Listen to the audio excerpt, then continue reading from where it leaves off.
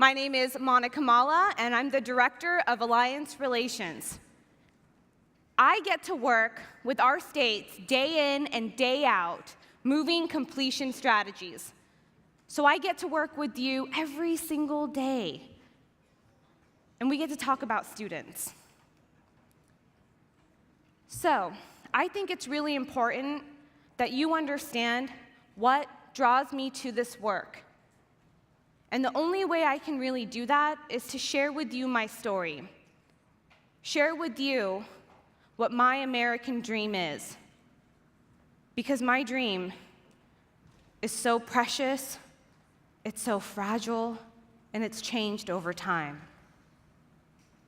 I was born in the Fiji Islands. And to most of you, you probably think, oh my gosh, the Fiji Islands, that paradise. And it is a beautiful island. But to me, I have a very different relationship with that country. A few years before I was born, there was a governmental coup. So essentially, if you were Indian, you were not welcomed. My dad couldn't buy land for his store. My mom couldn't go outside to wash clothes because there were curfews.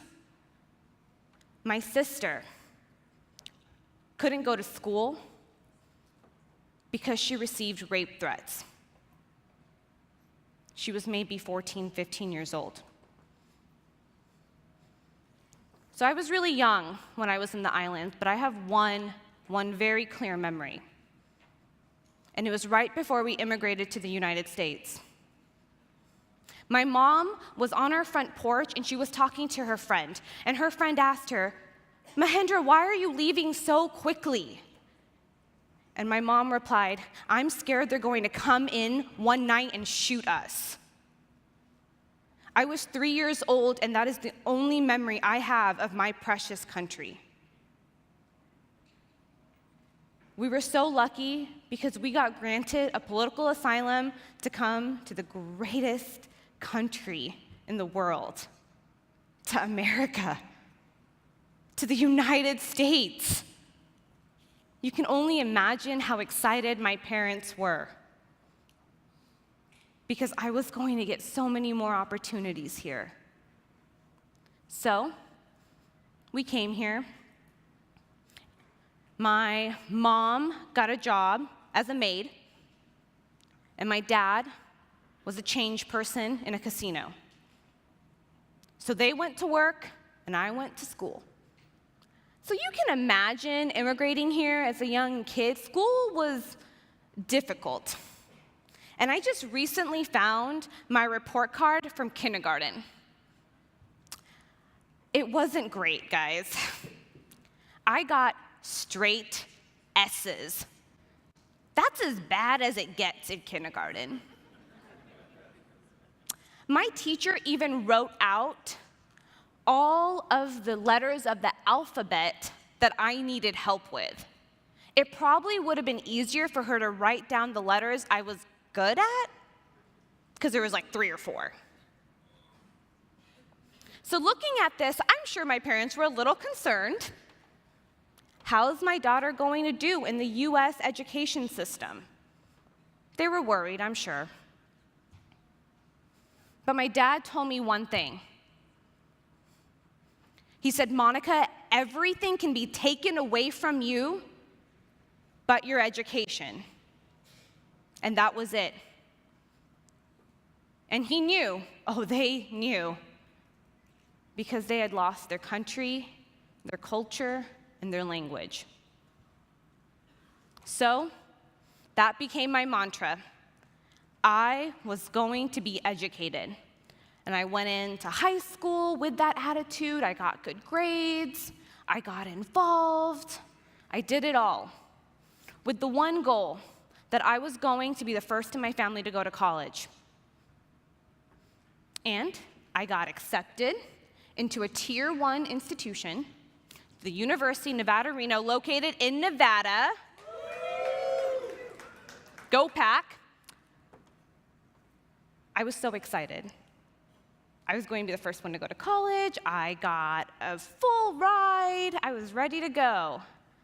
And then I took a little test called the ACT, and I was placed into remedial math and English, which was a really big surprise.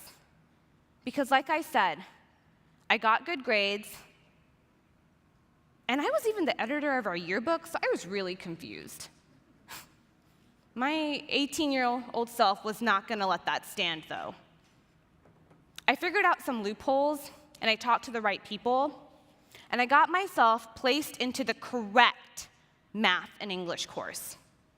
And I'm so proud that I did that, because my first year of college, I had a 3.75 GPA. That is all A's and 2 A minuses. So, to say the least, I was killing it. I got good grades. I was an orientation guide. I was a tour guide. I was a student senator. I was president of the international club. I was that kid. And I was really proud of that. I knew I was setting myself up for success. And then my senior year happened. All right, Alliance, this is where you got to help me a little bit. My senior year. So I told you, right? I came here on a political asylum. My senior year, I turned 21, and that meant I aged out of being considered as a part of my parents' status. That meant I had to get my own political asylum. Ladies and gentlemen, the scariest thing I have ever done in my life is sit in front of an immigration officer begging to stay in the United States, the only country I have ever known. When I left that office, I felt so defeated because I didn't think I won. I got a letter maybe a week later saying, fight this in court or get ready to go back to a country I didn't even know anymore. That broke me. It broke my family. My senior year of college, that was my dream. Does that mean my dream now has to change? I felt so defeated. But it was people like you who actually came to my rescue, because my family decided to fight this. And it was Dr. Steve Maples, the director of admissions at University of Nevada, Reno, go Pack, who wrote me a heartfelt letter advocating for me to stay. Oh, so we fought. And I'm proud to say last year I voted in my first election.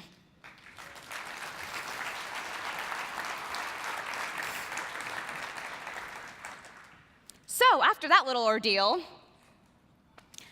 I decided I didn't want to go into advertising and marketing, which is what I studied. I wanted to help students. So I went back and I got my master's in school counseling because I wanted to help kids go to college, because I'm pretty sure college saved me. And so that's what I did. Got my master's, and I started working in access and outreach. So I was helping students every single day get into school. And you know what? I was really good at it. As you can tell, I'm really passionate, and I could sell my institution. I could go to rural Nevada and get a kid to leave his small town and come to my university. But you know what? I could sell the dream, but I couldn't guarantee that he was going to leave my institution with a degree. And that scared me. That scared me so much that I decided I wanted to work in retention. I wanted to make sure that every student that I got into college, I was going to get them through.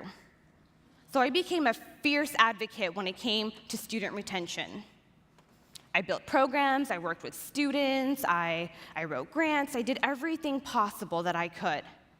And then I got really frustrated again, because I was only helping a few students at a time, a few hundred at a time, and I didn't really see systematic change. So I knew I needed to go back to school one more time. I needed to go back and I needed to go get that terminal degree. Because for someone like me to be on a stage like this, talking to the most influential people in higher education, I needed to make sure that I checked every single credential. So, going back to what is my American dream, this photo is what my American dream is. So my American dream, it's not my dream. It is my community's, it is my family's, it is my 2 immigrant parents. This is my wedding day.